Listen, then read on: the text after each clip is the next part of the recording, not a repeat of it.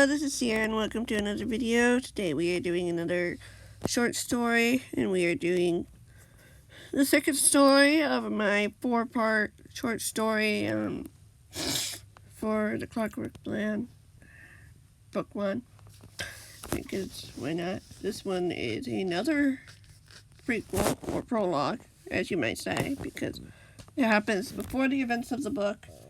Like, the first 3 happen before the book, but the last one happens, like, right after. So, yeah. If you haven't checked the first one, be sure to do so. And, yeah. How about we get started? Sorry for the sniffles. My nose is a little iffy today. Not normal.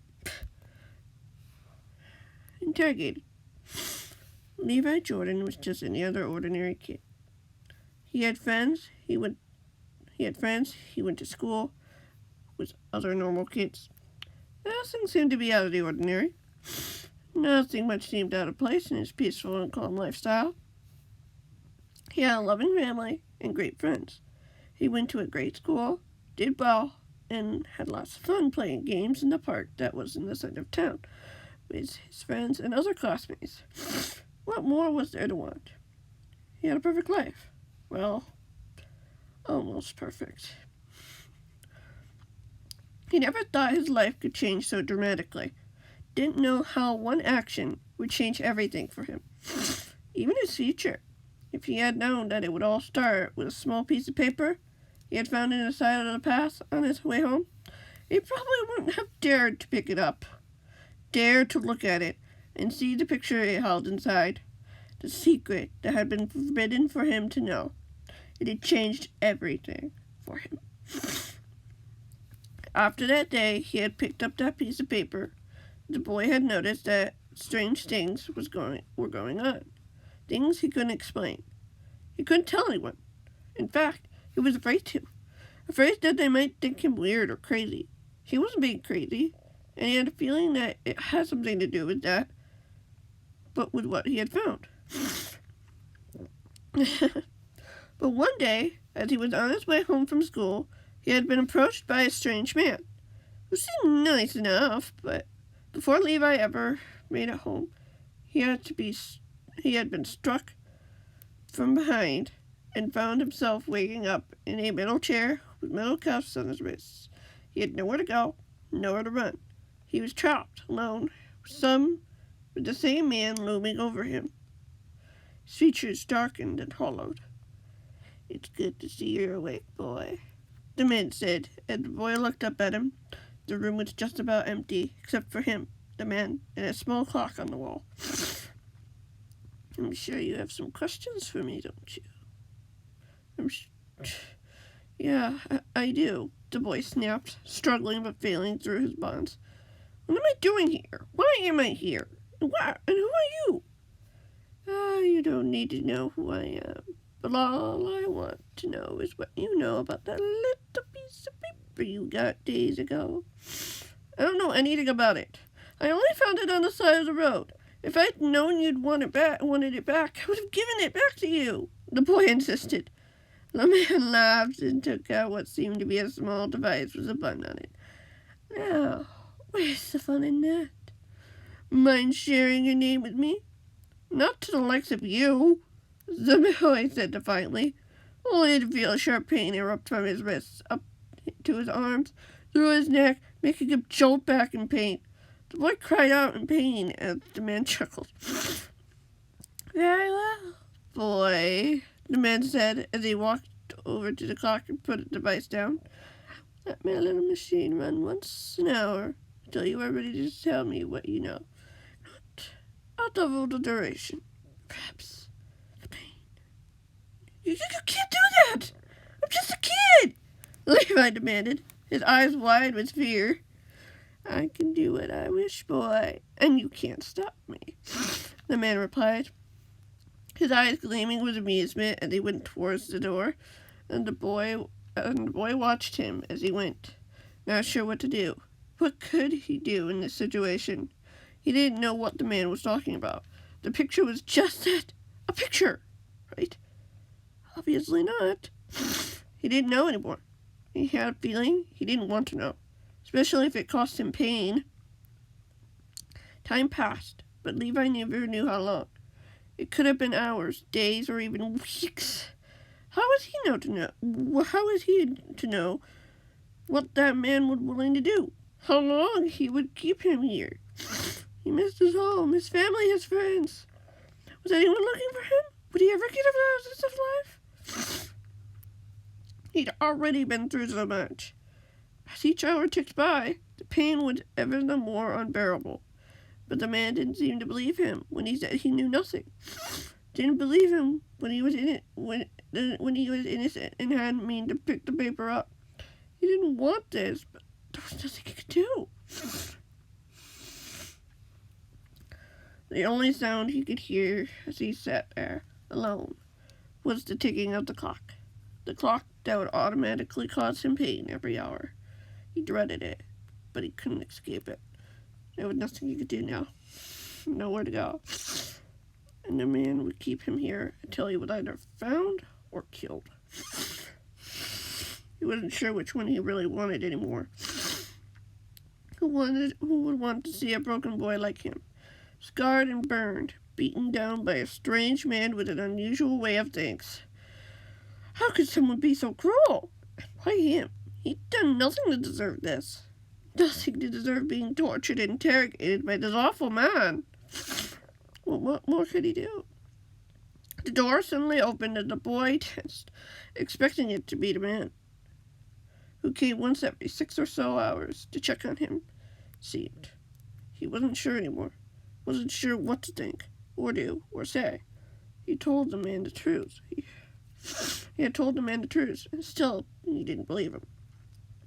The man thought he was being stubborn and defiant, like all boys his age. How could he tell the man that he was indeed telling him the truth? He was innocent. He wasn't a threat. But there was nothing he could do but sit there, his heart filled with dread. Levi? A female voice asked, startling the boy. No one had called him by his name for what felt like forever. He tried to turn his head, but didn't dare move. His cuffs were tight around his swollen wrists. Pain erupted through him whenever he tried to move.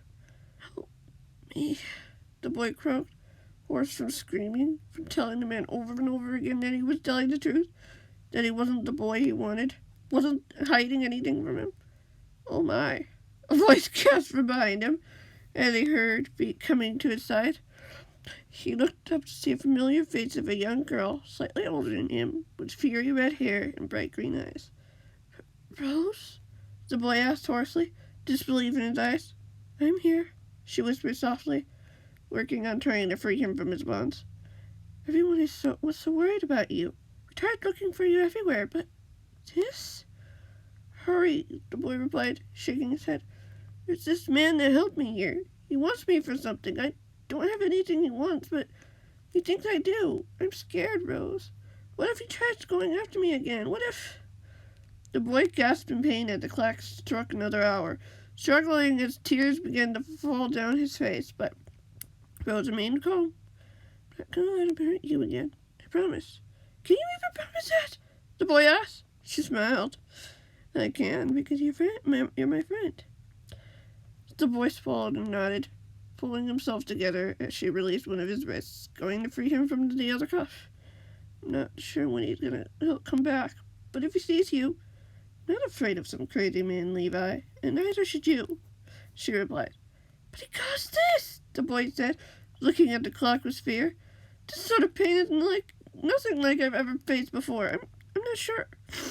You'll get through this, Levi. We both will, she snapped, cutting him off as she freed him of the other cuff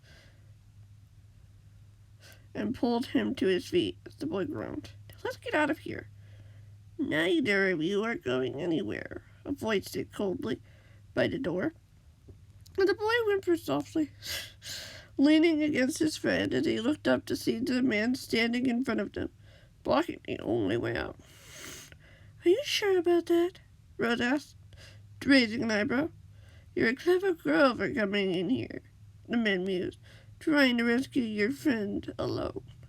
Let the adults not believe you were capable. Do you? She asked curiously. The man scoffed.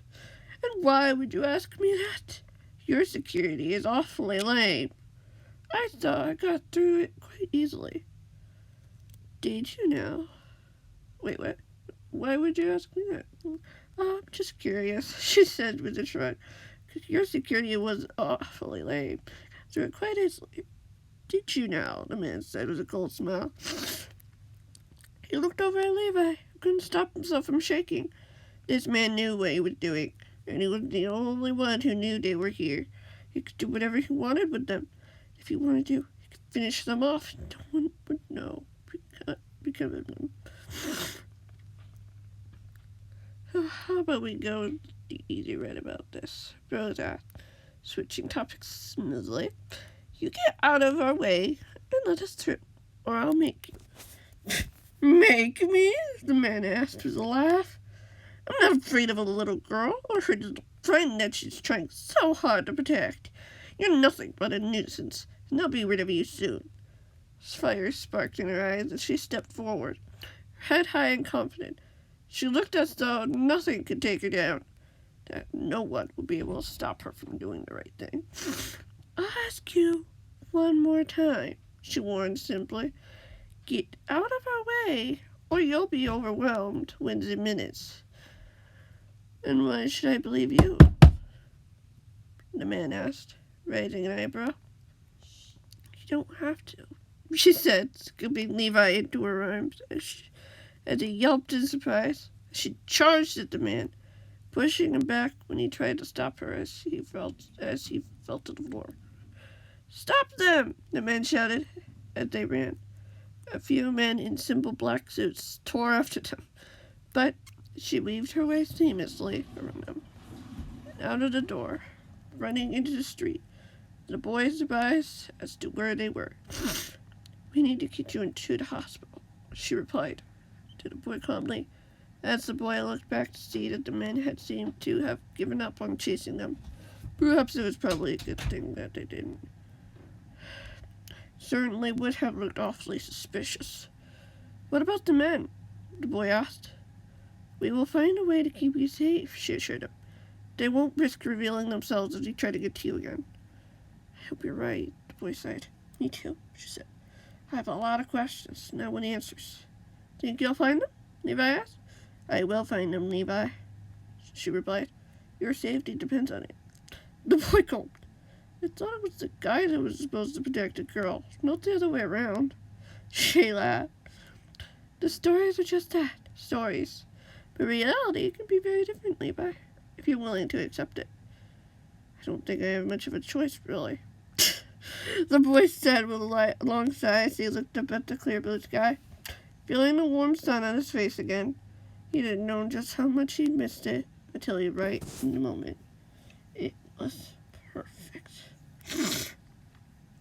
So yeah, this was basically the story that Rose told to the boys, kind of summarized before Sam had his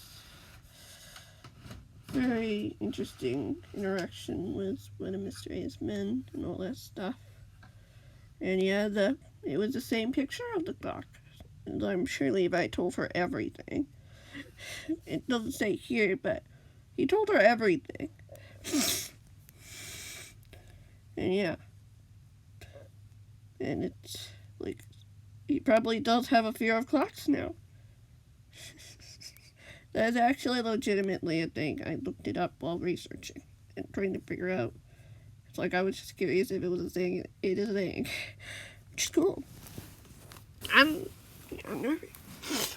I guess if it ever makes a noise or something like that, whenever it hit the hour, you would always get nervous. Or something like that. Or the sound of the ticking would cause him a little bit of anxiety. So, yeah. That's just something. Probably why he doesn't have any clocks in his house. Anyway, that's the end of this video. I'll have the next part out in a little bit. And yeah. Clearly somebody didn't like my story time. If you heard that bang, I think you probably did. Don't worry about it.